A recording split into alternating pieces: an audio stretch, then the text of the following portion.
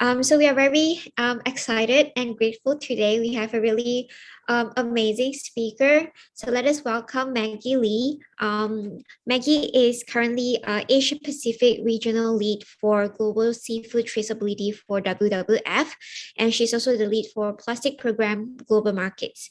And Maggie has been managing market transformative projects aiming to enable sustainable sourcing and consumption in the Asia Pacific in her three latest roles at the WWF and also at the United Nations Environmental Program. And prior to dedicated her time in environmental sustainability, Maggie has spent 10 years in research and development and technical affairs in the retail and fast-moving consumer good industry, in big corporates such as P&G, Aeon, and Nestle. And Maggie's publications are predominantly on plastics and circular economy, NGO corporate relationships, sustainable commodity procurement, and ASEAN environmental governance. So let us welcome Maggie. We're going to learn so much from her today and hope you guys enjoy the session, and feel free to ask her questions later. We're going to have some Q&A. So let us welcome Maggie. Thank you. Hi, thanks for the kind introduction, Ashley, and very nice to actually be with you today, all of you. And I'm calling in from the Pacific West Coast right now, from North America. I apologize for my voice because I've been having very severe allergies after I got back to this part of the world where I grew up, unfortunately. So excuse my voice if it starts to crack and if I lose my voice again, hopefully not. I'm sharing my screen right now, so let me know if you can't see it. So I'm very honored to actually come share with you some of the work that myself and also other members of civil society have been working on, especially with the Sustainable Development Goal 12, Life Below Water. This is a very interesting SDG, Sustainable Development Goal, because I'm very interested in marine conservation, but I'm actually not really a diver or a water sports person. I'm not sure what you think about that, because a lot of my colleagues who are very, very enthusiastic environmental advocates and activists for the oceans, they tend to actually immerse in the in the seas a lot, and so I feel that I'm kind of left out a little bit. I'm very scared of scuba diving or deep seas stuff. So, but nonetheless, there are many reasons why we should protect our oceans, and I hope that after this conversation, I hope that you can also ask some questions, and we can have a dialogue. It's not just a one-way lecture. I hope that you can also provide me with some of your thoughts and insights as well. So quickly, I'd just like to mention that I'm calling in from the traditional, ancestral, and unceded territory of the Coast Salish, Musqueam Indian Band, and also the Squamish Nations, popularly known as Vancouver. So a little bit of an introduction is that for almost about 50 years, we've been taking more than nature can provide. That is at about maybe our grandparents' generation, considering that we're all quite youthful here. And every single year, we tend to use a little bit more of the next year's production. So we use 1.7 planets' resources every single year. It means that every year we withdraw what the next year can produce, almost 70% of that. And every year this amount goes from 70 and more and more. And so unfortunately, this doesn't have any sign of turning back at all, and no sign of slowing either. And of course, the richer countries consume a lot more resources, while the not so affluent countries consume less resources. But nonetheless, the planet as a whole is in danger. So today we face the consequences of our predecessors, our ancestors, and also of ourselves. There's about a 60% decline of biodiversity and 26% of species that are threatened with extinction. And as we know, extinction is forever. We don't see dinosaurs walking around, and we will not see some of these animals that we have the pleasure to see right now in the future. 90% of oceans are fished to or beyond their limits, meaning that there are only 10% of what's left of oceans that are not facing this type of threat. That is extremely difficult, in fact, to stomach, and there is very much a climate and biodiversity emergency right now. So we introducing the United Nations 17 Sustainable Development Goals. Not sure how familiar you are with this. It's very interesting because very few people from North America can actually state the Sustainable Development Goals or even are even acquainted with them. But interestingly, when Japan actually held the Olympics not long ago, they pushed out quite a lot of media and social media campaigns on the SDGs. They integrated them into variety shows on TV even. And so now in Japan, there's quite a lot of recognition of the SDGs amongst all the people in Japan. And so it's good for us to actually really learn from this, because when we talk about sustainability, we tend to think planting trees, using less plastic, recycling, and all that. Of course, the environment is one side of sustainability. Social sustainability is also one of them. So you can see here in this slide that poverty, hunger, well-being, education, gender equality, these are all parts of sustainability. While the environment definitely takes a very important place as well, especially with the specific one that we're talking about today, so life below water. So with life below water, SDG 14, there are quite a lot of different targets. As we can see here, there's of course, quite a few that are much more pertinent and also much more pronounced because of recent campaigns. Number one is reduce marine pollution, which also includes plastic pollution. As we know, plastic has been a very sexy topic lately. People keep talking about how plastic is evil. We all hate plastic. Plastic sucks. I have a shirt that says plastic sucks, but I'm not going to wear that now because I don't think plastic sucks. Plastic is a very important part of our lives, and I will talk a little bit more about that. So today I'm focusing on target 14.1, target 14.2, and target 14.4, and also 14.5, and also 14B, so target B, 14B. So many of these are pertinent to how we use resources from the oceans. Only a few of them are targeting how we actually put things into the ocean. So first of all, I'd like to actually talk about one of my favorite topics. So what are plastics, right? So I think I'm missing one slide here, but unfortunately, but it's okay. So what are plastics made from? So plastics are actually, hang on one second, sorry. What is plastic pollution? Sorry, that slide was actually not supposed to be there. What is plastic pollution? First of all, we know what plastic is. It's all around us. It's in your phones. It's in the computer you're using right now. It's in the mouse that you're holding right now. What is plastic anyway? Well, it's a bunch of different polymers. It's actually a very broad term because there's so many different types of plastics. The popularly categorized, the system that we use is actually for 7 types of plastics. If you take up any type of, I'm taking a consumer product here, you can actually probably see that what type of plastic it is through this triangle symbol that is actually either at the bottom or at the side of any plastic product. And you can see which category of plastic it is. But that doesn't really mean, that doesn't tell you how sustainable or how durable the plastic is. So what is plastic pollution, you may ask? We know that it's choking up the rivers. It's actually being swallowed by a lot of different animals. That's definitely a very tangible and very visually impacting type of negative effect of plastics. Unfortunately, there are even more effects of plastic that we don't really actually talk about a lot. Well, 99% of plastics cause climate change. It is due to the fact that plastic is actually made from petrochemicals, which are also fossil fuels. So oil is actually one of the key components of making plastics. Marine animals are also under threat. So as we know that lots of animals are actually swallowing this, and even non-animals. We know that even algae now contains plastic. We know that there's plastic in salt, there's plastic in Antarctica snow. There's pretty much plastic everywhere, every corner of the planet, and of course, a lot in the oceans as well. And I'll talk about why it's actually much worse to be in the oceans. And we are also eating and drinking and breathing plastic too. So my organization, WWF, previously did a study, and that we found out that every one of us on average consumes about a credit card's worth.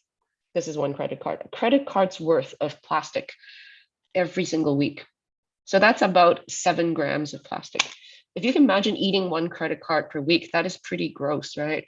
So that's pretty much what's happening to human beings when we consciously avoid eating plastics. But why do we actually consume so much plastic? If you think about it, if you think about a bag of chips or a pastry that's wrapped in plastic, you usually use the perforated or the zigzaggy edge and you rip it open, right? It's ripping open that easily because it's designed that way so that you can actually open it, right?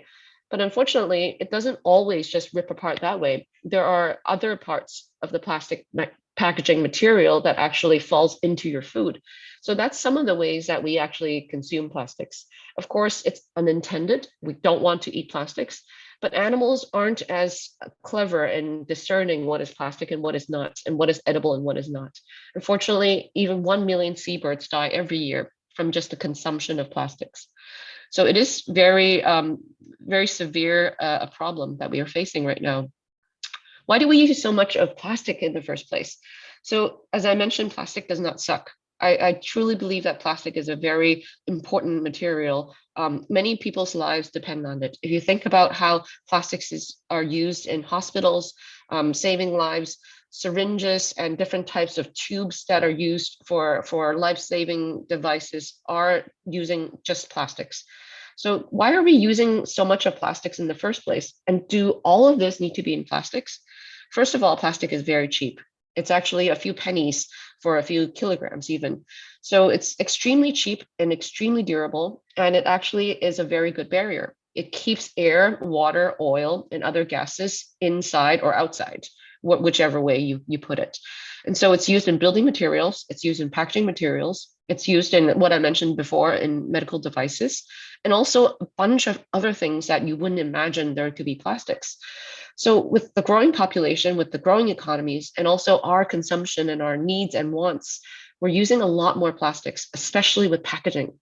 If you look back at before COVID-19, although it's part of our distant memory now because it's been so long since we've been in the pandemic, we can remember that some of the food that's been sold, for example, have not been wrapped in plastics before.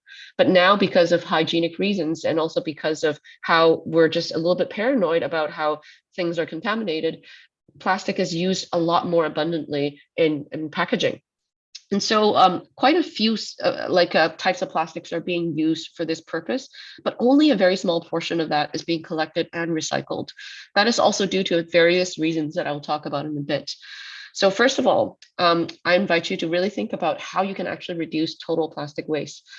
First, by reducing the amount of plastic we use.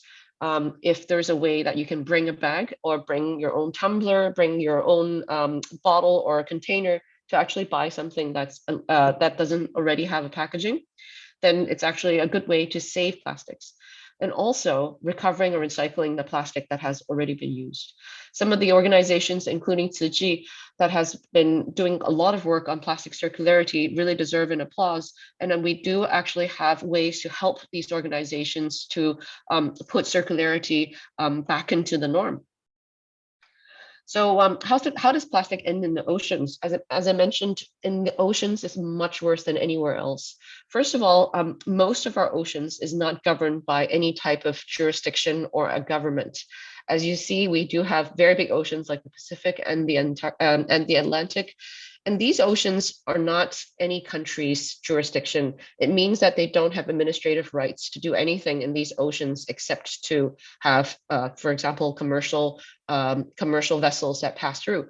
But it also means that it's no man's land, meaning that even if it is actually full of garbage and unwanted pollutants, nobody has the responsibility to clean it up. Unfortunately, when it's nobody's responsibility, it means that it's everybody's responsibility. And a lot of this that ends up in the oceans is actually causing a lot more harm because it's extremely hard to retrieve. Imagine if you actually throw a plastic bag or if you drop the plastic bag in your backyard. Is it going to be there in, not your backyard, maybe in a park, okay? So is it going to be there in, let's say, 10 days? It might be, but then what if a gust of wind picks it up, right? What if there's a typhoon or hurricane that comes in and picks it up? Chances are that that plastic bag might float or might drift off into somewhere else, and it may catch on into some of the drainage for the rainwater. It may end up in a canal or a river, which always washes out into of course, the oceans.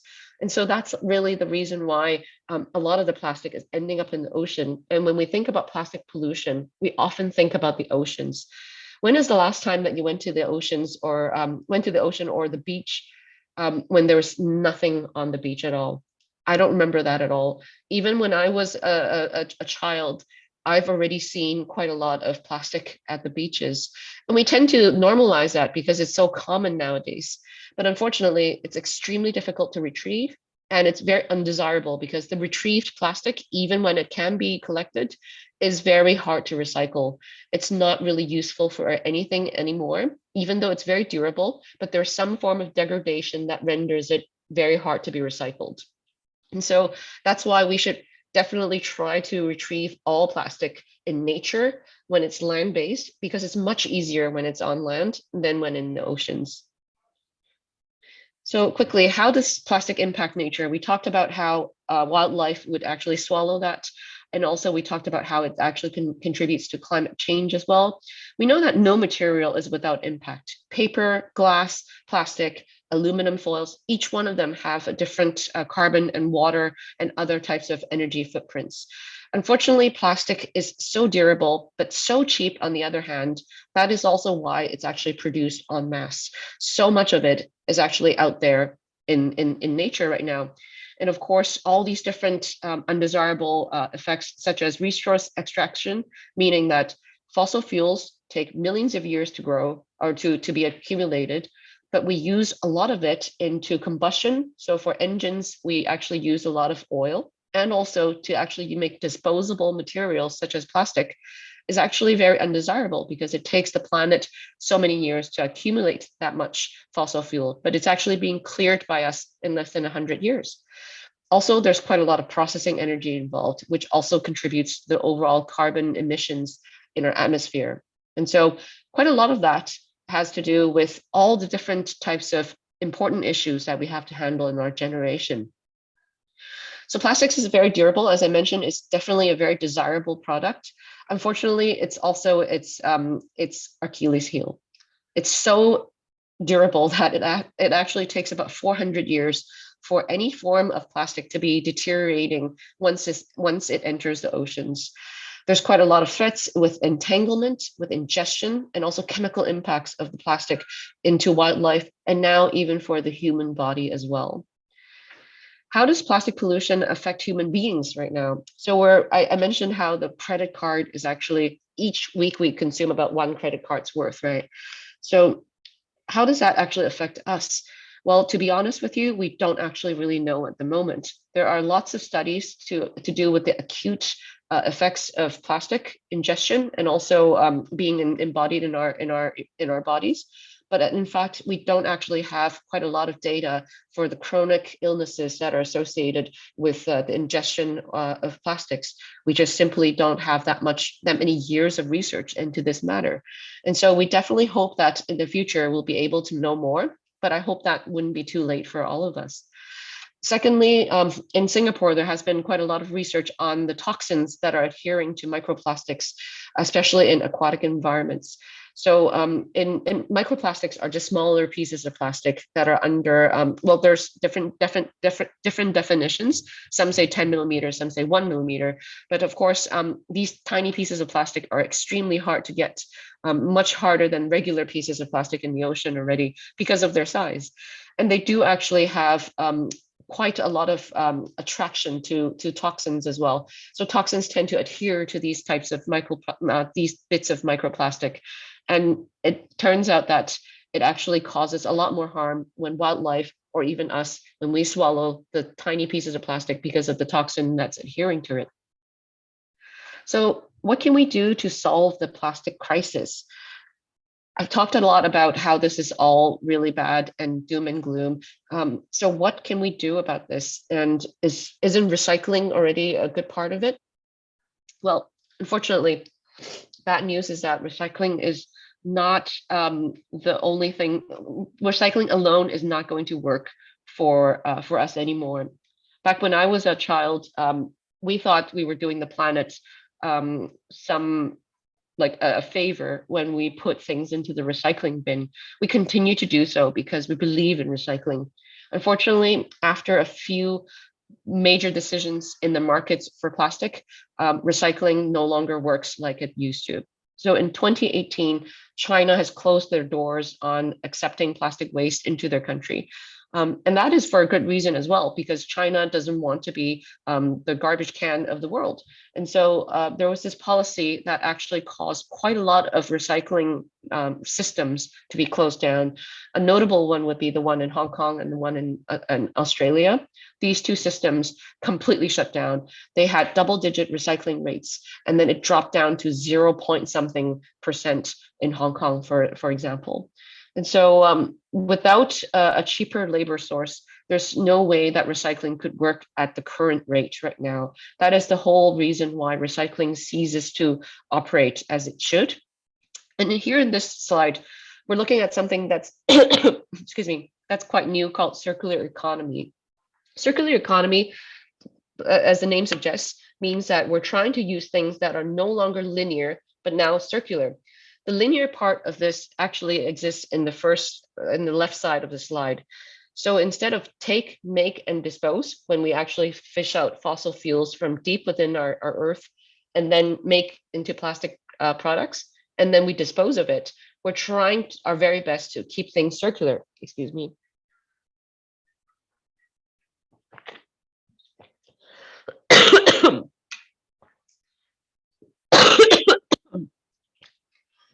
So this plan to actually be circular involves us to have very scrupulous sorting and also recycling.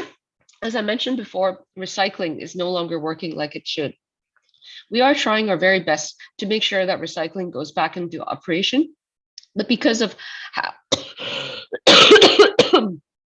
excuse me, but because of how difficult it is to actually get the economy to work for recycling again, it is very unfortunate that we do have to have extra what we call economic engines coming to give this all a boost economically, meaning that we do have to fund recycling at this point. There are many ways to fund this, and I can talk about that in a little bit if my voice still allows. Sorry. So how can circular economies be established? This diagram was created by McKinsey to actually illustrate what's going on here. I'll very briefly go over this. The big circle is the circular economy we're trying to go for. The smaller circle is actually the reuse circle.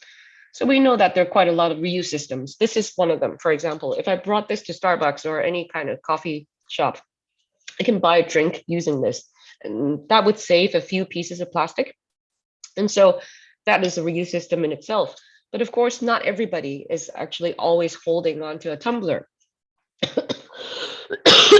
Excuse me. And so that's also why recycling is basically what we can depend on, while reuse is definitely one step up from that. And we're really hoping that we can all actually adopt more reuse habits. There are a few challenges here, because if you look at the diagram, you see leakage at the bottom. No system is 100%, as we know. No matter how good we try to recycle, excuse me.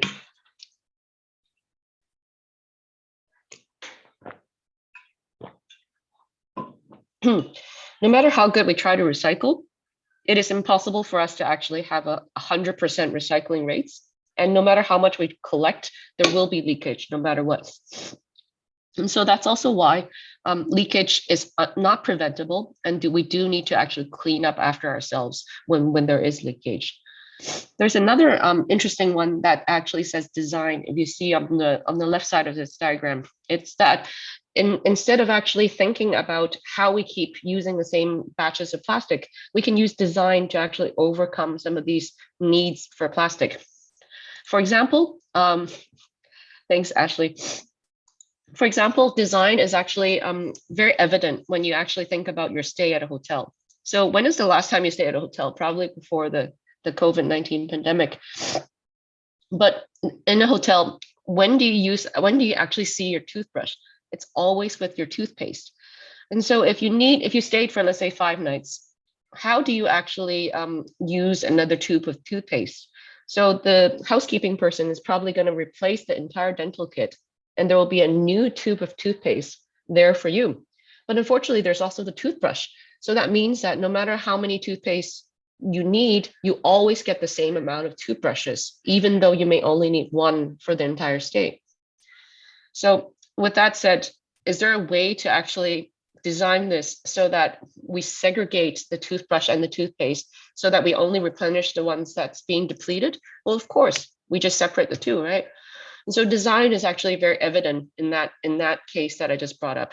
There are so many other ways that we can actually also reduce plastic consumption using design innovation. And then I won't go into detail about this, but this is a very useful diagram to refer to when we are actually addressing the concerns of plastic. Another one is actually culture shift. I was very honored to actually be part of the Hong Kong plastic bag regulation kind of movement when Hong Kong decided to charge for plastic bags. I remember that a lot of us stingy Hong Kongers were saying that, oh, if plastic bags are now chargeable, we're just not going to use plastic bags. And so that actually really did happen, because when the cashier asked, do you need a plastic bag for your groceries today? We can simply say, no, I'm fine. And then the cashier usually responds with a very set phrase. So everyone responds the same way to you, saying that, thank you for saving the environment. And so immediately my stinginess turns into a halo because I'm saving the environment because of my stinginess. And so this type of culture shift is very desirable, because you do educate an entire population of what is a desirable habit for them to actually uptake in terms of helping the environment. And so since that time in Hong Kong in 2009, when they started this whole process of going into public consultation to have this legislation, Hong Kong has completely turned around in terms of their plastic use. Even during the protests of 2019 and on, people actually picked up their plastic recyclables, and there's dedicated recycling channels and stations at every protest. And also, it's extremely unpredictable and unthinkable for Hong Kong people, such a very conservative population, to even start using menstrual cups for ladies. This is a very big challenge, because we know that plastic is in everything. Plastic is in diapers and also in feminine napkins.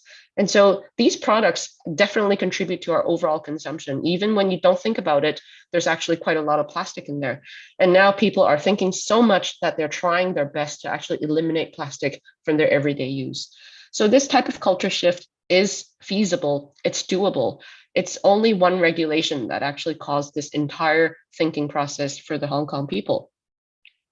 So I mentioned recycling and how it's actually no longer financially feasible. There's also quite a lot of restrictions in terms of cross-boundary transportation of plastics. As I mentioned, the China policy, that was one of them, and also the Basel Convention that was actually agreed upon by many countries of the planet. They are also making sure that we don't send our trash to another country. Many of the Southeast Asian countries have also imposed similar policies as the China policy, in that they don't want to accept any plastic trash from other countries anymore. So recycling does not work when you don't have a low enough labor cost, period. So why can't we just ban plastic? Well, where I am in Canada right now, we are trying to ban single-use plastics, but that's only single-use plastics, meaning your forks and knives and also your grocery bags, right? But we can't just ban plastics for the reasons I mentioned before, like they're life-saving in many ways, and that many useful things, like my mouse is plastic, but I've been using this since like maybe almost 9 years ago. So I can still continue to use this for a very long time because of its durability. But the fact that we can't ban plastic is because we need to think about alternatives. What if we use plastic? What if we don't use plastics? Can we use glass or paper? Well, where does glass and paper come from? Paper definitely comes from wood, and wood comes from trees. But what about glass? Glass is, it comes from sand mostly. But what about its use and also its carbon footprint when transporting something so heavy? So these are some of the very crazy things that we do need to actually think about when we're saying that we want to actually eliminate a single type of material. Because if you actually think about it, plastic bags were invented by a Swedish scientist back in the day. And his invention was supposed to save the planet because it was supposed to save the trees. Like the person who invented plastic bags was having the environment in mind when he invented it.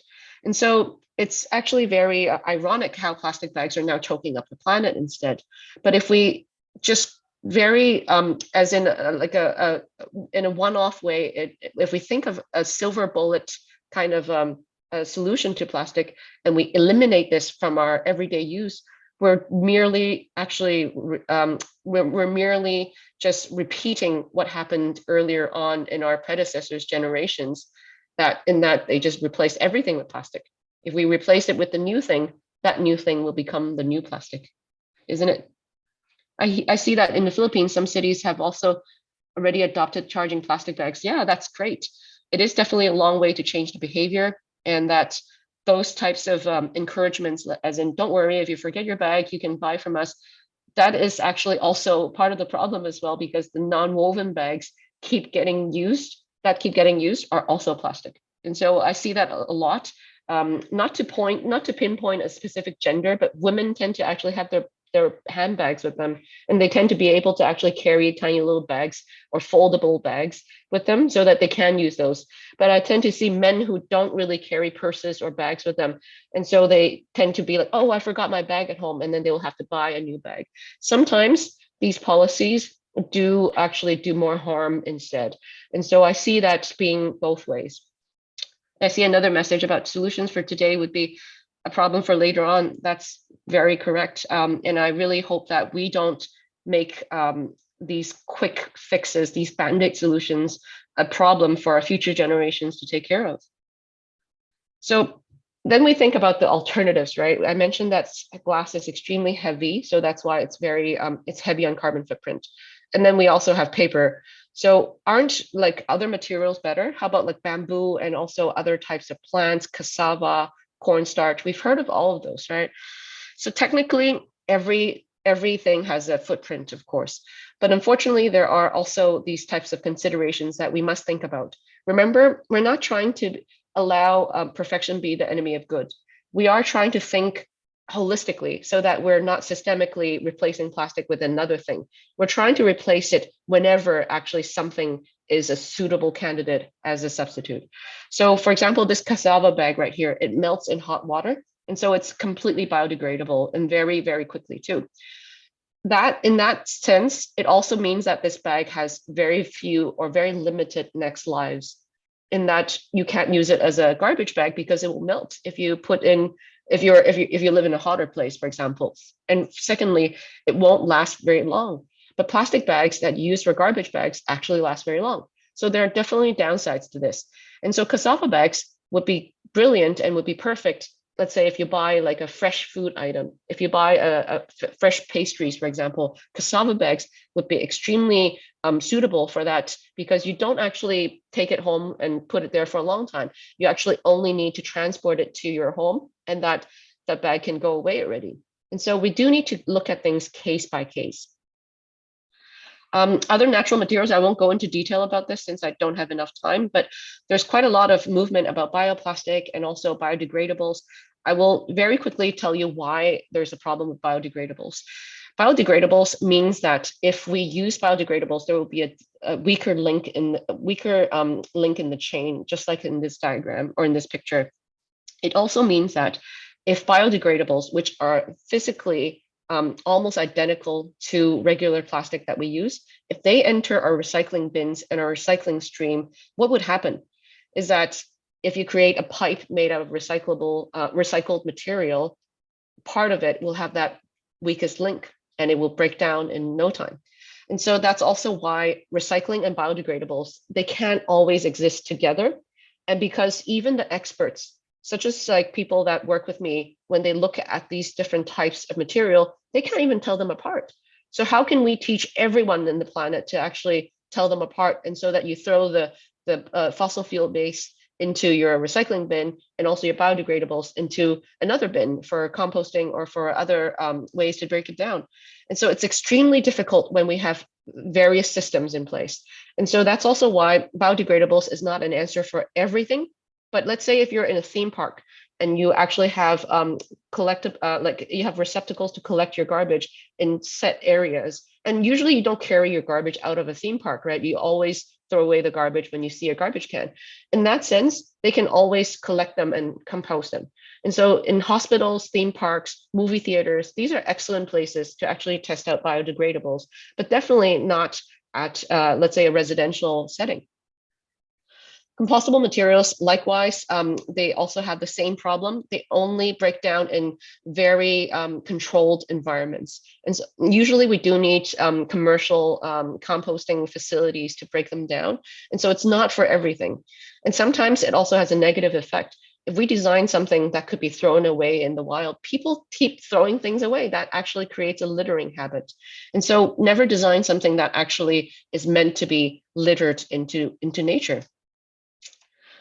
Oh, okay, thanks. Thanks for shifting the time around. I've noticed that I've actually gone quite a lot over time a bit already. And so last thing I want to talk about is what about beach cleanups? Beach cleanups are great, but they come back, of course. Beach cleanups are like mopping the floor when your bathtub is overfilling. And so you mop the floor, it gets dry for a little while, and then your bathtub overflows again. And so that is actually a very ineffective and inefficient way to actually clean up your bathroom. The best way is, of course, to turn off the tap and then mop the floor so that eventually the bathtub could be drained, and also that you don't have to mop the floor over and over again.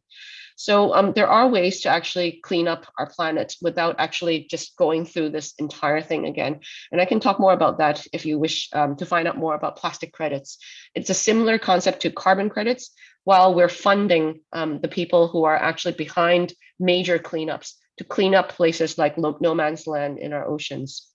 We also have other strategies such as extended producer responsibility schemes. Where I am right now in Canada, we do have deposit return schemes, meaning that when you buy a can of Coca-Cola, you do have to pay extra, and you only get that money when you return the container that you bought it in. And so it goes for cans and bottles as well. Extended producer responsibility goes beyond that. It's actually incorporating that thought and also making sure that producers are bearing that responsibility to clean up, meaning that, of course, the consumer actually foots the bill at the very end. But these types of schemes are now very popular all over the world.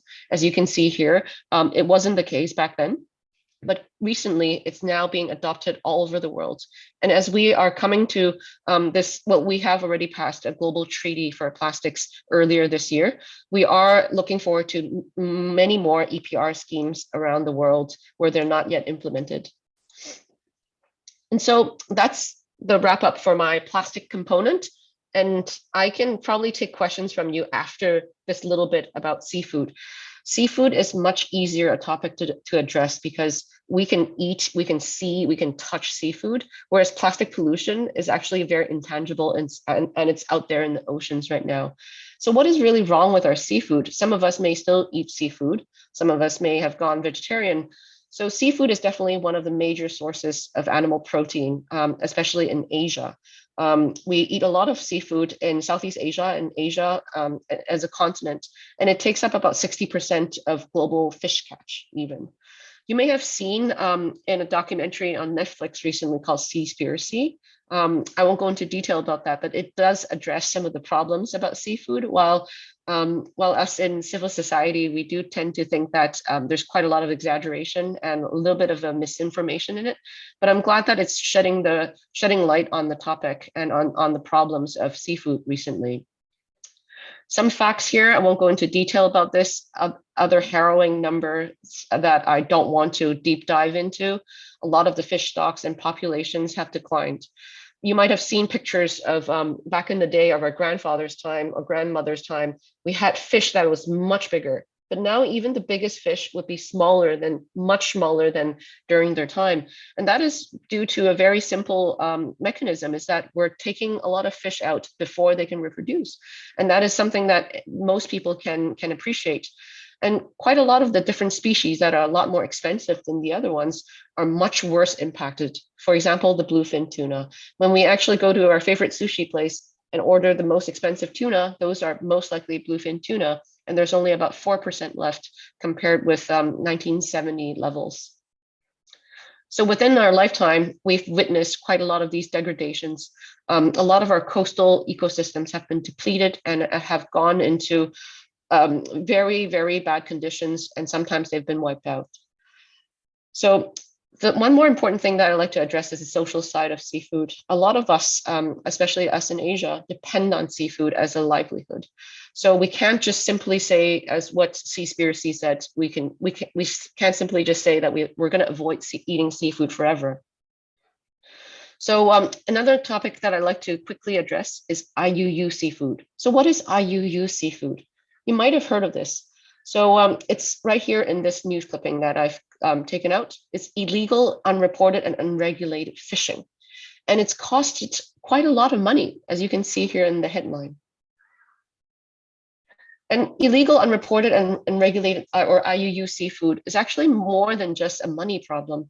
There's quite a lot of damage to ecosystems when people are actually just doing whatever they wanted and fishing out of our seas, because the fishing gear they're using and the types of mechanism that they're using, sometimes with bombs, sometimes with cyanide, they're all very popular ways to fish. And it's very scary because bombs and cyanide do not ring a bell when you mention seafood, but it's in fact some of the ways that we use to catch seafood. And so IUU also actually causes humanitarian issues because there's quite a lot of modern day slavery associated with IUU fishing. And so aside from all those different issues, IUU seafood is just really causing us harm in every way. And on the flip side, what is responsible seafood? Well, I mentioned it's on the flip side. So obviously it's actually doing the right thing instead of doing the wrong thing like IUU fishing, is that responsible seafood sourcing, it could be from wild caught and it could be from aquaculture, meaning that grown seafood can be also responsible seafood as well. There is no definite answer to whether or not wild caught or aquaculture seafood is better for the planet, because each of them has their own downsides and also strengths. So responsible seafood, as defined by WWF, is listed here on the left side of this green triangle. So MSC, which is actually the Marine Stewardship Council, and ASC, the Aquaculture Stewardship Council, the top certified certifications for seafood, are deemed to be most responsible and most sustainable. And then below, we do have responsible seafood from all different other different types of certifications and also different bodies that are trying their best to correct practices of seafood. And then there's also green listed seafood. That depends on where it's from and also what species they are. And so by looking up your local WWF seafood guide in whichever country or region you're in, you can find out what's green listed in your area. And then on the flip side, we have the ones to avoid. Red listed in that seafood guide is definitely to avoid. And also IUCN Red List and CITES list. These are the endangered species lists, if you can call it that way. They list out all the different species that are now critical and also maybe threatened as well. So these ones are the ones to avoid and not to consume. Sharks and any type of family, like any relative of a shark, would also be something that we want to avoid because these are very difficult to replenish in our ecosystems. And so very lastly, I'd like to talk about a way that we can solve the problem of seafood and IUU fishing, is that seafood traceability is a good way for us to actually make sure that our seafood is from a responsible source. There are many benefits of traceability. We can make sure that it's from a local place. For example, we can make sure it's not from an overfished area. We can also make sure that there's no modern day slavery involved. And also there's a lot of food security and food safety issues that we can actually debunk or solve when we actually have traceability. Traceability does not mean transparency. It just means that when we do need to look it up, we do have the right information in place and on hand. It doesn't mean that fishermen now have to expose everything in terms of where they have the best catch. This is still proprietary to the fishermen. And so it makes a lot more sense if they have the information, and they do carry this information. But if something is wrong, they can actually share this information with the right parties, such as the governments and also maybe civil societies and intergovernmental bodies. Lastly, just a little bit about what this traceability thing that we're doing is about, is that we're trying to make sure that we have the right information. If I'm sending you something on WhatsApp, or if I'm sending you something online or WeChat, can you send that on email? Well, technically no, right? You have to copy and paste it. That's not interoperability. We're trying to say that from Fisher to the place where you bought your seafood, either a supermarket or a restaurant, we are trying to say that all these need to be interoperable, meaning that the information that goes from the first point to the last point must be the same, and that this must be in the same format. That is interoperable transparency or traceability for seafood. And we're trying to make sure that this is actually the solution for IUU fishing. So I know that I've been going through this very, very fast. And I'm really hoping that there would be some major takeaways for you. And I'm hoping that there would be a few minutes for questions if time still allows, if organizers allow this. So thank you for choosing to doing the right thing for our oceans. Thank you very much, Maggie. Your sharing it's really insightful, and we do have time for question. So no worries. We can have questions and interaction with Maggie until about 11. So anyone have some question, you can just unmute yourself and address to Maggie. It's a very rare opportunity, so please cherish the opportunity and interact with Maggie. Oh, I see that you've already discussed Seaspiracy. That's great. Yes, actually, one of their take-home assignment before this session was to watch the documentary. So they have breakout discussion to discuss on the topic earlier this morning. So your presentation really helped them to have more different perspective on the topic. Yeah. So guys, please ask question, or you want to express any of your comment. I do have a question, Ashley and Maggie. Yes, please. Is Ellen here? Hi, Maggie. Thanks for sharing, and thanks for hanging in there, because I know you've been suffering from all the coughing and allergies. Yeah, one question I've got is there any mechanism at the moment between like governments and the plastic manufacturers, let's say, to create a stamp on the plastic product? I'm not saying single use, I'm more saying like on, let's say, multiple use products, like put a stamp on the product so that, let's say, this product should last at least, for argument's sake, 2 years to break even the environmental impact. And let's say if the consumer or the whoever is using that product dispose it and then get caught during the process, there's a fine or penalties for disposing it. Like let's say I buy a bottle, not a single use, but a bottle like this, let's say it should last at least 5 years. If there's a stamp on the product, like and say it should be safe to use, let's say, until 2027. And if, let's say, there's an inspectors on the dump site or wherever, and then if they found this, they can trace back and say, oh, whoever dumped this has to be responsible because it's not 5 years yet. Is there any mechanism similar to this that's in discussion or actually happening around the world?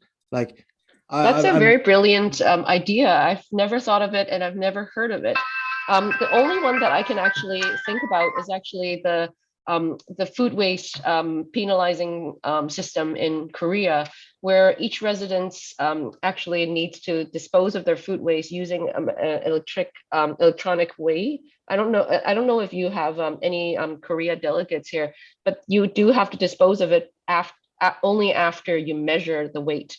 And if you actually surpass a certain weight, I think you have to pay for the disposal of the food waste.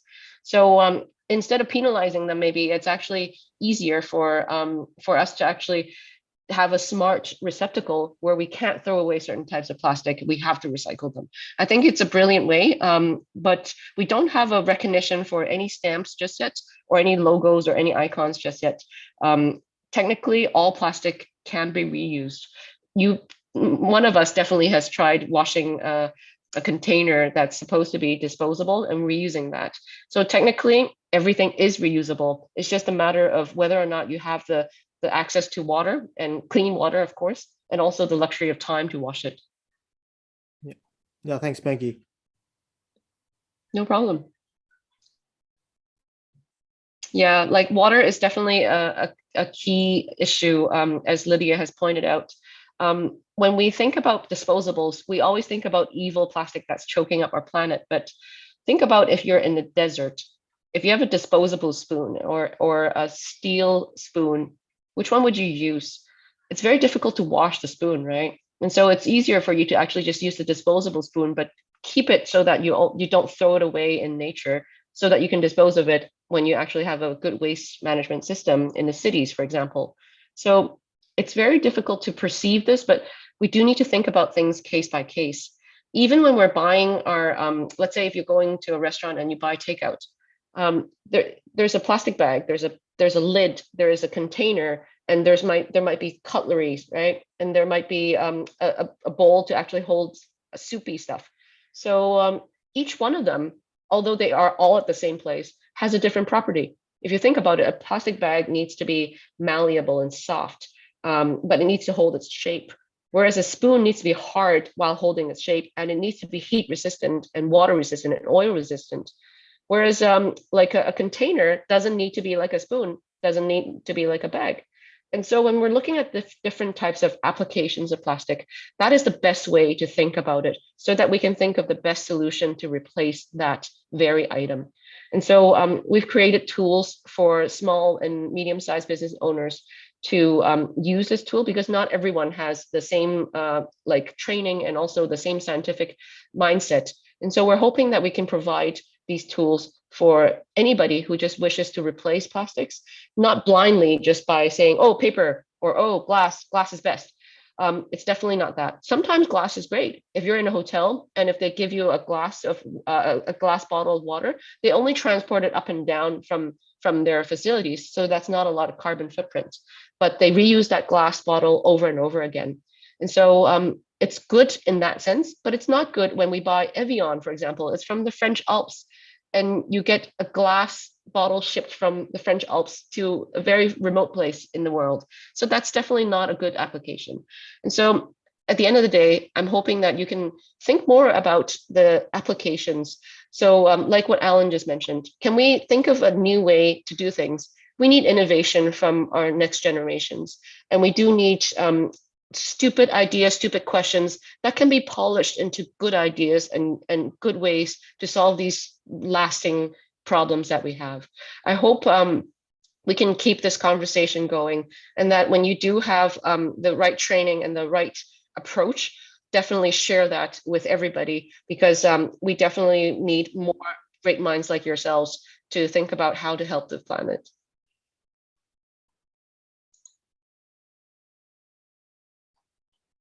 Thank you. Do we have more questions? Dexter, I saw you unmute yourself just now. Do you have a question? No? Okay. Anyone else have question? Peggy? I see Lydia having a question here. Comment on some of the strategies using seaweed farms to mop up the carbon dioxides. Well, blue carbon is definitely a very interesting topic. I can also talk for many hours if my voice allows for that, because I also work on carbon. But carbon offsets do have their advantages and also disadvantages. I would say that any type of way to slow down the planet from overheating is always a good way. And also, if we can actually find an ecologically sound way to introduce new organisms that can clean up plastics, it would be great, but it needs a lot of testing. So I'm assuming that you probably come from Australia, or maybe you know about Australia. If you look up what happened with wild rabbits in Australia, that is actually an ecological disaster that we might need to learn from. When they don't have natural predators, it will just go haywire and destroy entire ecosystems. So large scale is really what we should think about. And cane toads, yeah. So we do need to look at things holistically and systemically. And Peggy has her hand raised. Yes, I have a question regarding to, because on the consumption part relative to more commercial use. The problem is when we are facing like recycling something, but the how we are able to encourage the customer to recall those things that they really didn't need. And in your practice, do you have any ideas that how we are able to persuade the customer or making that easily approachable to the customer? What are some major factors that will influence customer willing to participate in the recycling part? Yeah, that's a very difficult question to answer, in fact, because we are always talking about how sustainable commodities cost more. If you buy sustainable seafood, it will cost more than regular seafood. And so the price itself is not very encouraging. It's discouraging. But there's also positive reinforcement, of course. When people buy things or when people consume things in a more sustainable way, there should be education so that they are well informed enough to know that they deserve that pat on the back for themselves. And so it's just like back when we were kids, we probably were told by our parents to not leave food behind. And then if you eat up your entire bowl or plate of food, then your parents would compliment you. And so that's always a good way, positive reinforcement, instead of actually penalizing them. Although penalties actually do work in certain cases, but I think it's much more reserved for the commercial world. The private sector can be penalized for wrongdoings and also for example, pollution. But for consumers, that's not a good way. It's definitely the positive side that would appeal more to them. Like what I mentioned about that phrase that the cashiers would say, thank you for saving our environment. When you're just stingy, you just don't want to spend money. Yeah, thanks for the feedback. Okay, thank you. Do you have any more questions? Okay, if no, maybe Maggie, do you want to like give like a final very strong message to everyone to keep in mind on this issue, that how they can move forward with some meaningful action? Yeah, I would say that like if you start thinking about working for the environment and if you never had training, for example, you didn't go to like, I don't know how old you guys are, but if you never took, let's say, environmental studies when you were in university, and you think that I'm not going to be able to do this, well, guess what? I didn't either. I only came to my senses about my passion and my mission in life in my early 30s. And so it's not too late.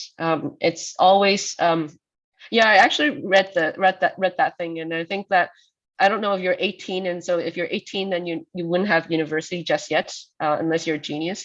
But then if you're 35, you probably would have graduated, right? So that's what I meant by when I said I don't know. So it's not too late. I still made it into the United Nations Environment Program when I started very late in my life. Very late meaning not very late, as in like I didn't have the formal pedigree to actually be an environmental scientist throughout. And so you can still do a lot, even if you start now. And so I was in my early mid 30s. And so definitely think about what you want to do as a mission in life. And of course, live a very purposeful life. Thank you very much, Maggie. So everyone, let us give a virtual applause to Maggie and really thank her for spending her time with us and give us really insightful information, and it's really inspiring as well.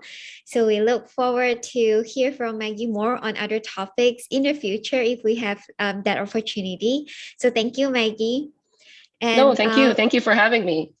Take care, everyone. Don't get sick like me. Actually, they're all sick too this week. We have like by check-in, and most of them are sick this week. Yeah. I couldn't prevent it either. I think I'm just allergic, but anyway, try. Yeah, okay. Please take care of yourself, and thank you so much. So we have many positive comments for you in the chat as well. So you can check them out. Yeah, I can see all that. Thank you so much. Thank you for being good listeners. Thank you. Thank you, Maggie. Okay, so now we're going to have a 10-minute break. So let's go for a 10-minute break and see you guys back at 11:10. Okay. And I'll put some nice music again. Okay, so next we are going to move to our invited guest today, and this is from an organization that I really like. It's called Bye Bye Plastic Bags, and in fact, Tsuji actually have been invited different speakers from this organization before. So we had worked with Tsuji Singapore before, which we invited this organization to come and share on their effort in combating plastic pollution, and we also worked with the United Nations Department of Global Communications, and we invited them to come to share during the International Youth Day to inspire more young people to take more actions on this issue. So we are really happy today that we have invited them again, which we have Dara Datita Ginting from Indonesia here today to represent Bye Bye Plastic Bag to share her work. So Dara is born and raised in the North Sumatra highland called Karo, and she graduated as a Bachelor of Psychology, and her work field is always connected with students and environment. So her current role is the project leader of Bye Bye Plastic Bags, which is an initiative driven by youth to say no to single-use plastic bags. Education is always one of her biggest passions, and taking action to create change is what she wants to achieve. So let's quickly welcome Dara for her presentation. Dara, the floor is yours. Yeah, hi everyone. Thank you so much for joining today in my presentations.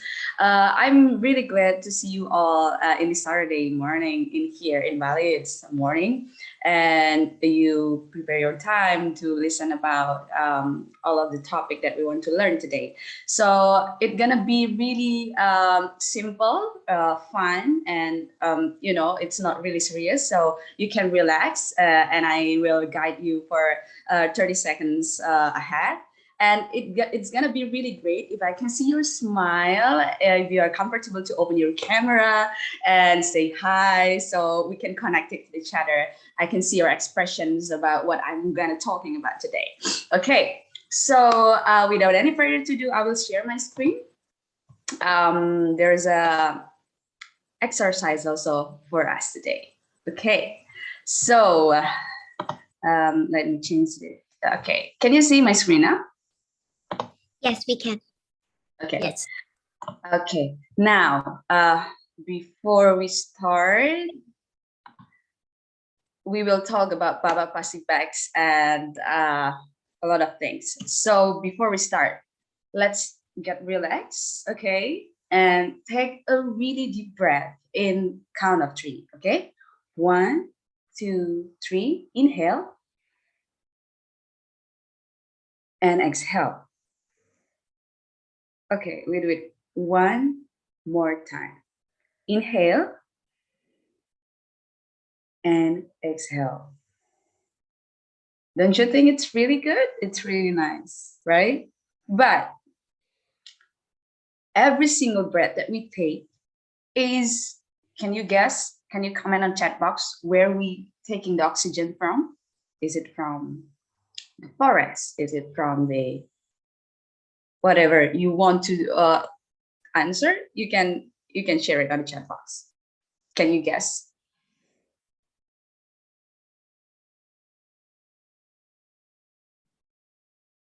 Here in my room, right? Okay, so the bread that from the trees, right, Esty? But the fun fact is 70% of our oxygen is come from the oceans.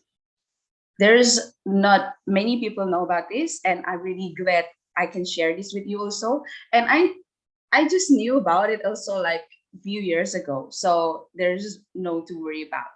But that is why we really need to take care of our oceans, very important.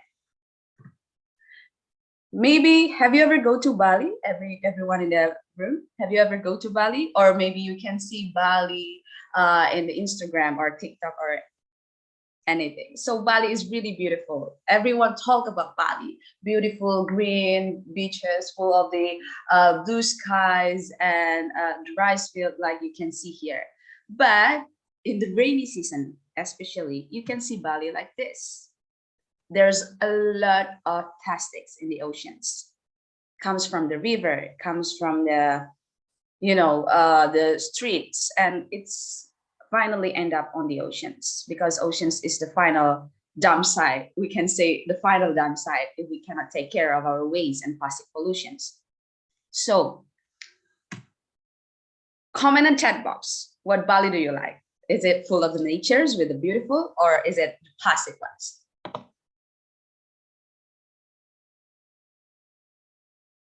Nature, right? Yes, yes, indeed. I also like the natures without plastics.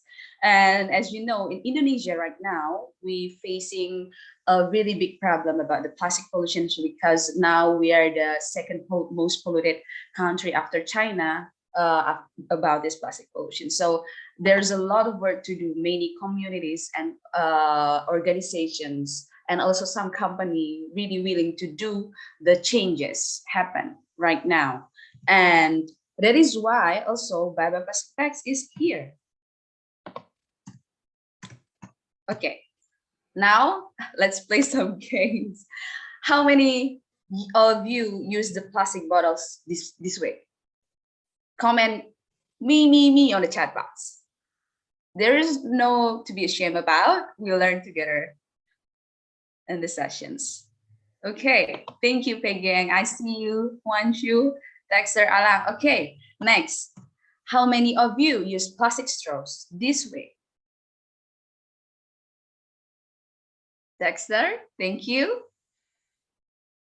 Okay, the next question is, how many of you using the plastic bags this week? Yes, but I'm trying to avoid it. Great, Alan. That's a really great choice. Okay, thank you so much, guys, for your honesty. I just want to share this because many of us, as you can see in the chat box, Alan, want to try avoiding the single-use plastics, but the single-use plastics is everywhere right now, even the supermarket, even the traditional market, and all of the people still using the plastic bags. Even the ban is there, but the implementations is not 100%. So from this story, we can know that this is why Baba Plastic Bags is also here. It's like a wonderful story from Melati and Isabel when they're 10 and 12 years old. They are really young kids, and they see Bali is full of plastics, especially the plastic bags, because when you go to the Indonesia for the past years ago, wherever you go, the smallest stores that you visit also providing the single-use plastics, and they say like, do you want to take the plastic bags? And it's not polite if we refuse the plastic bags. So it's like also the cultural norm that already happened also in this in Indonesia. But maybe what we want to try to do, and Melati and Isabel try to do, is look at the waste that produced by the single-use plastic bags. And that's why without any plan, without any business plan, without any strategy, only two of them, siblings, sisters, work with their family, their friends, to make Baba Plastic Bags happen. They do the campaigning, they do the lobbying, they visit the government to push them to make a ban.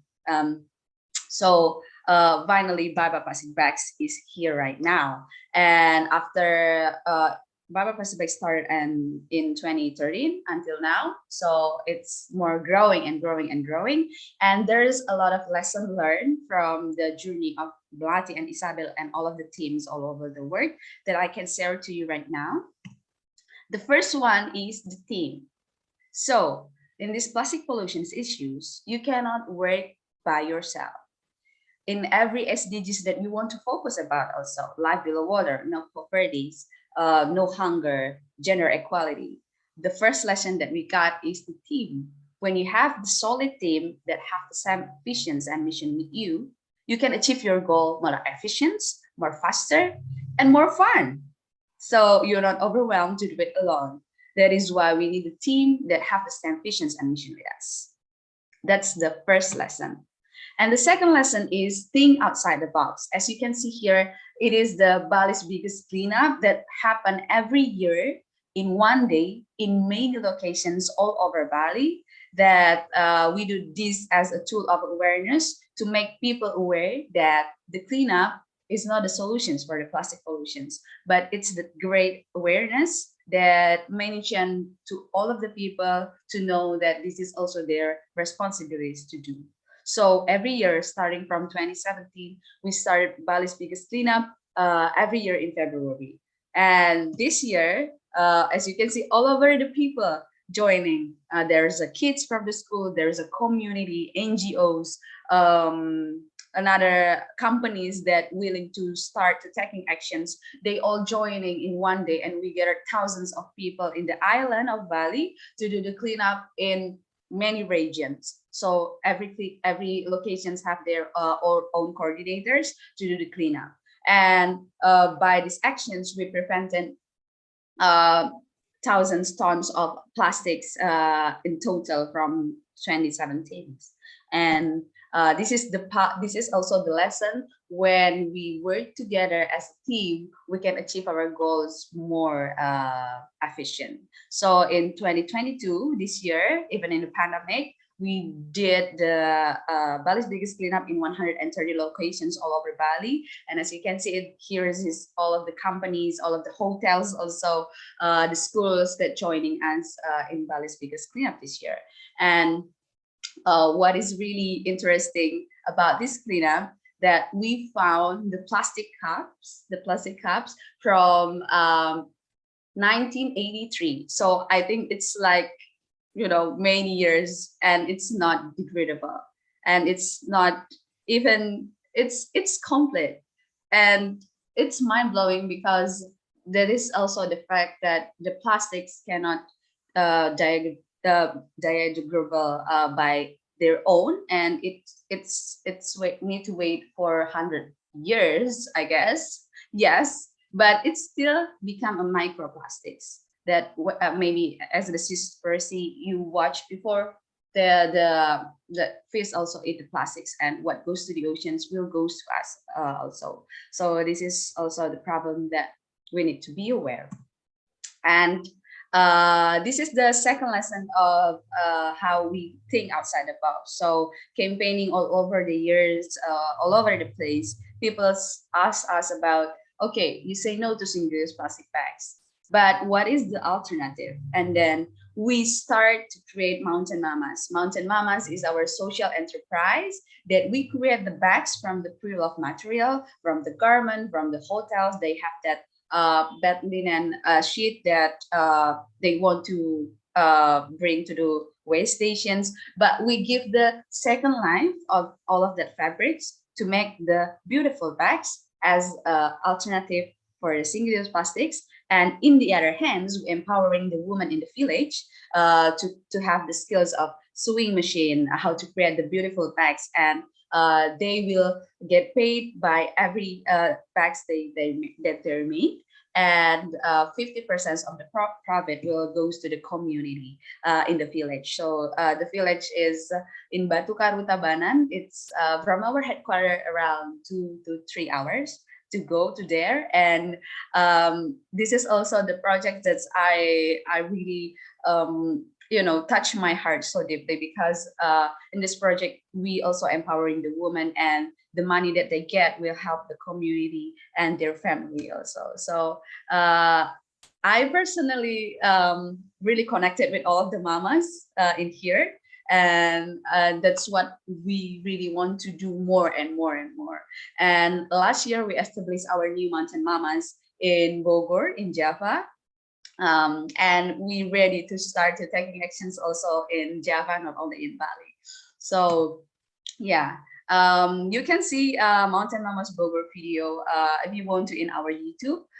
There's a long video, but I don't want to take your time so much in these presentations.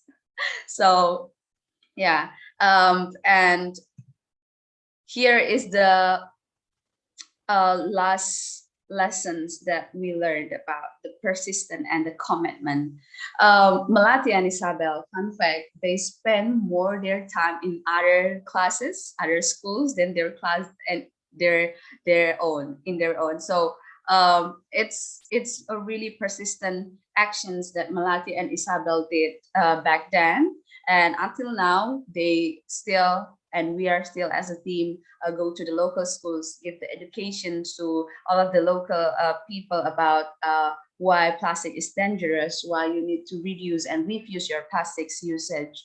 And it's actually yesterday, we did the educational session also in headquarters with the high school students and learned about the plastic pollutions and climate course. So the education is really our focus pillar in Baba Plastic Bags. And by this persistent and commitment to do, the actions like Melati and Isabel did, finally, after years, and all of the community in Bali starting to push the government to make a ban. And finally, in 2011, there is government rules to ban the single-use plastic bags and plastic straws and the styrofoam. Yes, the implementations is not 100% there, but we work on it. And there's also the G20 will happening in Indonesia this year. So the government also really want to make the actions of the rules will be implemented 100%.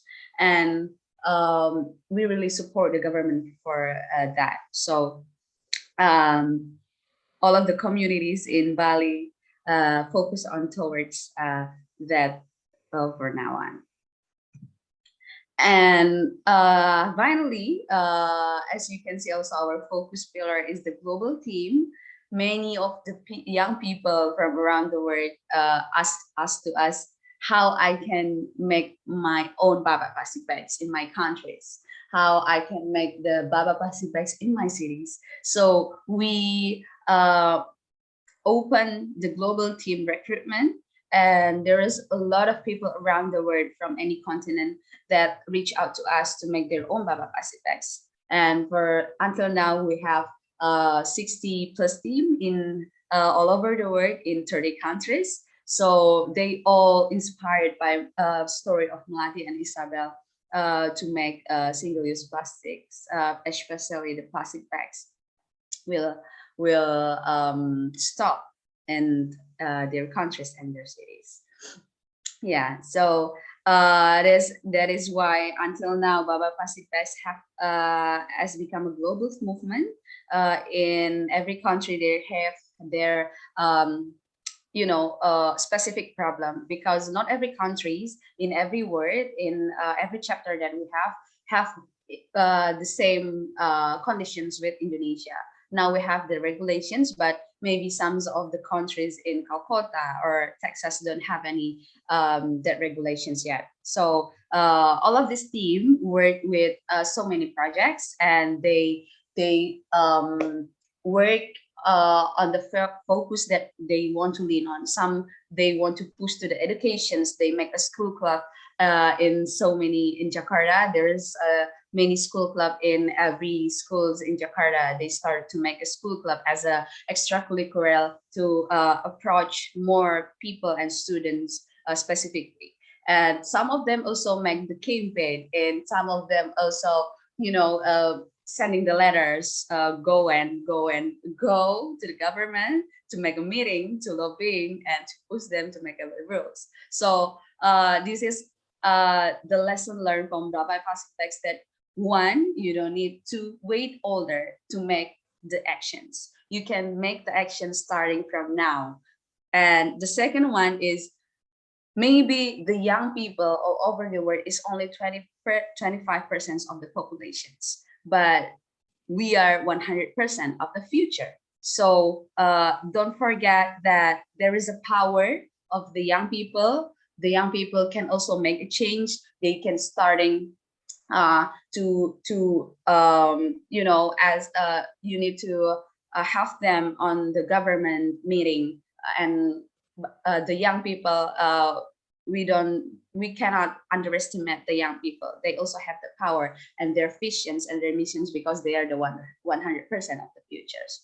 So yeah, I think that's all from the Baba Plastic Bags and the lesson learned. I hope you got the beautiful message from Baba Plastic Bag story, and reach me out if you want to start your Baba Plastic Bags teams on your country, and let's make an impact together. Yeah, thank you so much. Thank you very much, Dara. We have quite some time for Q&A. So did anyone want to ask any question? If not, I'll start first. Dara, thank you so much for your sharing. So basically, we have a participant here from Malaysia, from Sri Lanka, New Zealand. Do we already have Bye Bye Plastic Bag initiative in these countries? And Philippines too. Pardon, Ashley, can you repeat the questions? Sorry. Yeah, so we have participants here from Malaysia, from New Zealand, Philippines, Sri Lanka. So do we already have Bye Bye Plastic Bag initiatives in these countries? I don't think we have in Brisbane, but not in New Zealand, so you can reach out to us. In Malaysia, I don't think we have one, because there is also one to two team member at the global team that not active anymore. But yes, indeed, you can reach out to us wherever you are right now, and start taking actions as Bye Bye Plastic Bags mission to say no to single-use plastic bags is the work that we want to achieve. And we work towards that mission and vision. So all of the projects that you want to create, you want to be creative with your team, it's all possible. And we have the backup of you, and we support you, and we encourage you to do so. So yeah, thank you, Ashley, for the questions. Thank you, Dara. And we have one question from Lynette. Do you want to address the question, Lynette? Yeah, I just wanted to ask if Bye Bye Plastic Bags started up with schools, and have you partnered up with them so that you could reach more students, more young population in your location? Yeah, actually, I can share you some photos that we work, yes, with the schools. Our focus of the pillar is the educations. So we did almost every week, or two to three times a month, the educational session. I can share you my screen in our headquarters, and we also partner with some local schools to go to their schools and share the educational sessions. So here it is. You can see my screen. Yeah. Okay. So here is our change space in headquarters. You know, there's a lot of rice field in the front and beside us. And actually, we invited the local kids, play some games, do some workshops. And we, from these educational sessions, we learn more about the plastic pollutions, the history of the plastic pollutions, and how they can create a change, and why is it a problem, and how it can be the microplastics and cannot biodegradable, and so on and so on. So we learn a lot. As you can see here, we bring some props of the plastic bags and the plastics bottles, because it's a lot in Indonesia. And we do the workshop here. We create the alternative bags for them to not using the single-use plastic bags anymore from their old clothes. So their clothes not become a waste, but it can give the second life to create the alternative solutions. And yeah, here it is, the educational sessions that we did every week almost. Yeah. Thank you so much for the questions. Thank you, Dara. It's really now nice. Sorry. Okay, thank you. Now we'll pass to Kelly. Oh, yeah. Hi, Dara. Very great sharing, really inspiring. I really love the part where you share about you work with the mamas to do the sewing, like bringing a community together. That's so cute. I think my question was about tourist, because Bali is really a tourist location. I think pre-COVID and probably after COVID, there'll be more tourists returning to the area. Will you guys do any sending any message to the tourists? Like, are you doing any campaign to tell people coming in also protect your environment, help with the reducing the plastic in the environment? Okay, thank you, Kelly, for the questions. So actually, that's also the purpose of the Mountain Mamas. We saw there's a lot of tourists going on in Bali, and tourists also, you know, in their holiday, they want to practical. They buy the single-use plastics and throw it everywhere sometimes, but some of them also wear, yes. And this is how we also work in Bye Bye Plastic Bags. First, the Mountain Mama's bag is actually, we focus addressing it to the tourists. So they know also the problem. They also knew in every bag the Mountain Mamas made, there is a signature of Mountain Mamas who create the bags. So the tourists that buy the bags that know that they are empowering the NGOs to say no to single-use plastic bags, and they know they empowering the Mountain Mamas for their community. That's the first thing that we do for the tourists. And the second one, we have the sustainable alternative booklets. You can see it in our website. You can focus. You can go through www.babaplasticbags.org. There's alternative solutions that we create this booklet, sustainable guide booklet. So we give that PDF and PDF file of the book for free to every tourist that want to come to Bali. So we listed all the alternative shops that already in Bali, like where you want to buy your sustainable toothbrush, where you want to buy some shampoo that's sustainable, where you want to have the hotel that's sustainable. We have that list. You can see in our website and babaplasticbags.org. And yes, we share that to many tourists that come to Bali. So there's also the book that we can share for free for that. So that's what we're working on for the tourists. Yeah, that's the handbook for the tourists. Thank you, Ashley. Yeah. Thank you for the questions. Thank you. And now we pass to Peggy.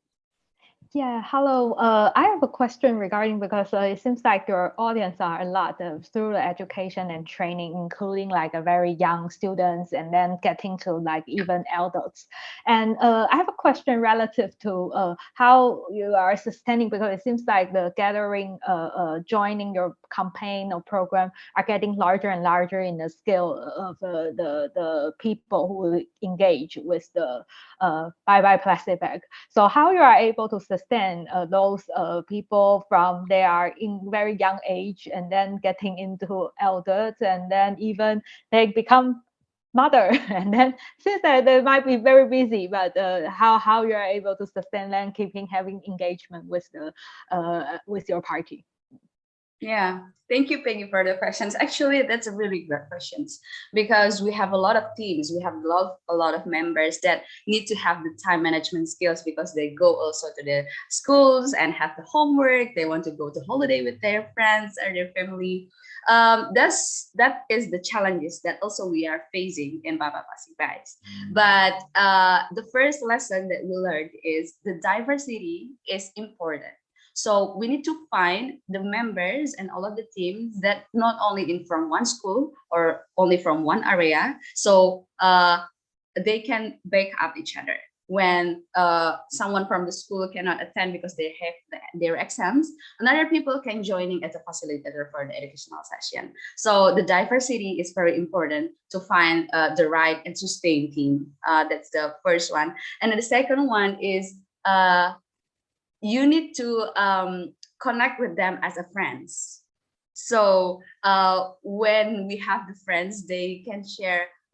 Actually, we have all of the friends and best friends, but they can share their challenges easily and communicate it to us. And the second one is also they want to address what they're facing about, what they're really like about. So I think become their friends is also the key to make a sustainable team, sustain campaign and sustain projects, because all of the team members that we have is also the engines of the project. If we don't have them, we cannot do the work together. And as I said, the first lesson learned in Baba Pacific is team. So that is how we sustain the team. And third one that we learned also about is, don't forget to ask your team or the team members what they are really like, what they are passionate about. Sometimes maybe one people that really introvert, they didn't like the public speakings and do the educational sections, but they really great in campaign, online campaign. And they really great to reach out to people online for the schools, contact, and so on and so on. So find the way they are passionate about, and that's how we can work together as a team and complete each other like a puzzle. Yeah. Thank you so much, Peggy, for your question. Thank you. Thank you. Do we have more questions? While you guys are thinking, I have one question. So Dara, as the G20 summit is happening in Bali this November, I just wonder how Bye Bye Plastic Bag is preparing for, like, are you guys engaging in the summit? Like, what are you guys doing to create more impact on like toward these governments that are coming to Bali, and maybe kind of convince them to have the same approach of eliminating the single-use plastic in their country? Yeah, thank you, Ashley. That's really important. Actually, there's a lot of also the communities, not only Baba Plastic Bags, that have the visions and mission that stay with us. There's a waste management also a lot of in Bali. They are worked so hard to push the government, and we are also thinking like we don't need another meeting, but we really need the actions, because that's happened a lot in the government meeting. We have the agenda, we have the meeting, but the implementations also is not there. So that's what we are really working on right now. And some of us also do the some research, like we make a campaign called Us Local. So when we approach the local people and ask their opinion about the G20, the plastic pollution problem in Indonesia, especially in Bali, we want to address that to the government. As you can see also the Bali's biggest cleanup that we did, we addressed that all to the government. We send a letter, we send the brand auditing, we send how many plastics that we collected and who is the most polluted one. We send it all to them, but somehow we don't have that full support, but that's what we're really working on. So for the G20, we really hope that the young people and the community like us has taken place on the meetings and the meetings to meet the decisions maker to make rule more implemented. So that's what we really working on, really hope on. So finger crossed we can involve on that meetings. And yeah, thank you so much, Ashley, for the question. Thank you very much, Dara. So if we do not have any more questions, let us give a really the virtual applause to Dara for joining us and giving us so many information today. And really, thank you. So I forgot to share this screen earlier just now. So thank you so much, Dara, for joining us. And we look forward to see how we can have more young people from our network to work with Bye Bye Plastic Bags as well. And thank you so much for joining us. Thank you so much, guys. Bye. Bye. Okay. Okay, so we are approaching toward the end of our session today. So let us go to the Jamboard again to submit your reflection on today's session. So let us go to the session and go to the Jamboard. I'm so sorry. Okay, so let us know what you learned today and what do you want to share with all our friends today. What is the key takeaway message from, what we had this morning, the discussion on Seaspiracy, what we have heard from Maggie, from Dara? put it on the Google Jamboard, please. And if anyone wants to unmute yourself, feel free to share as well.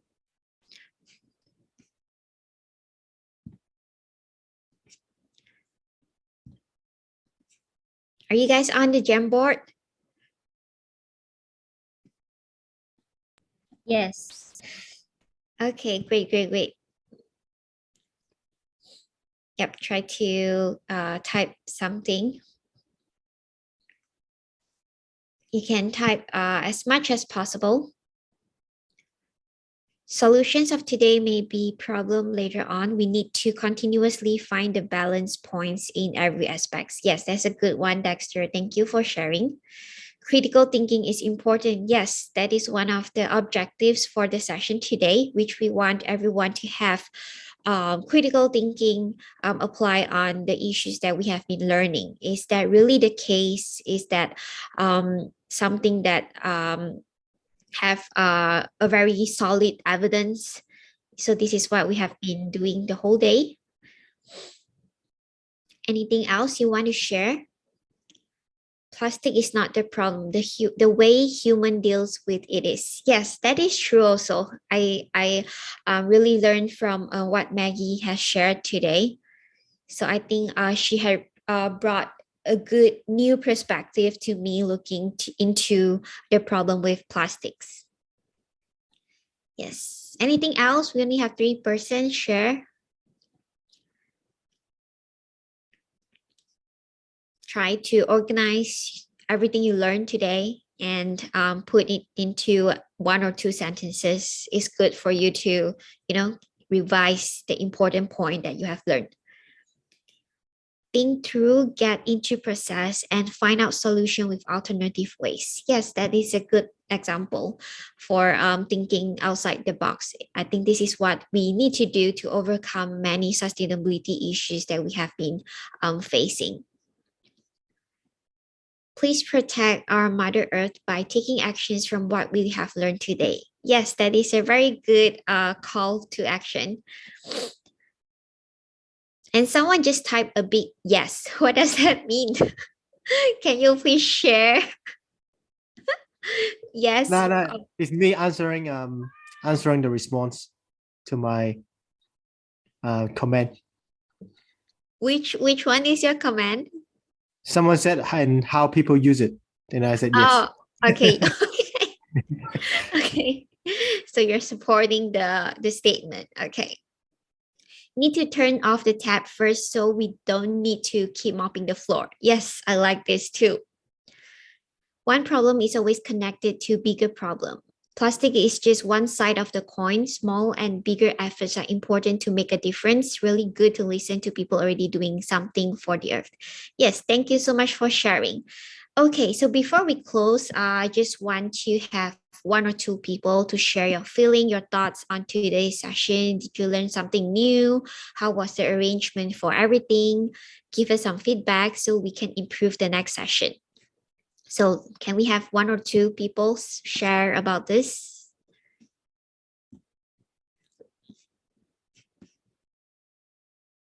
Maybe we can hear from Maisha.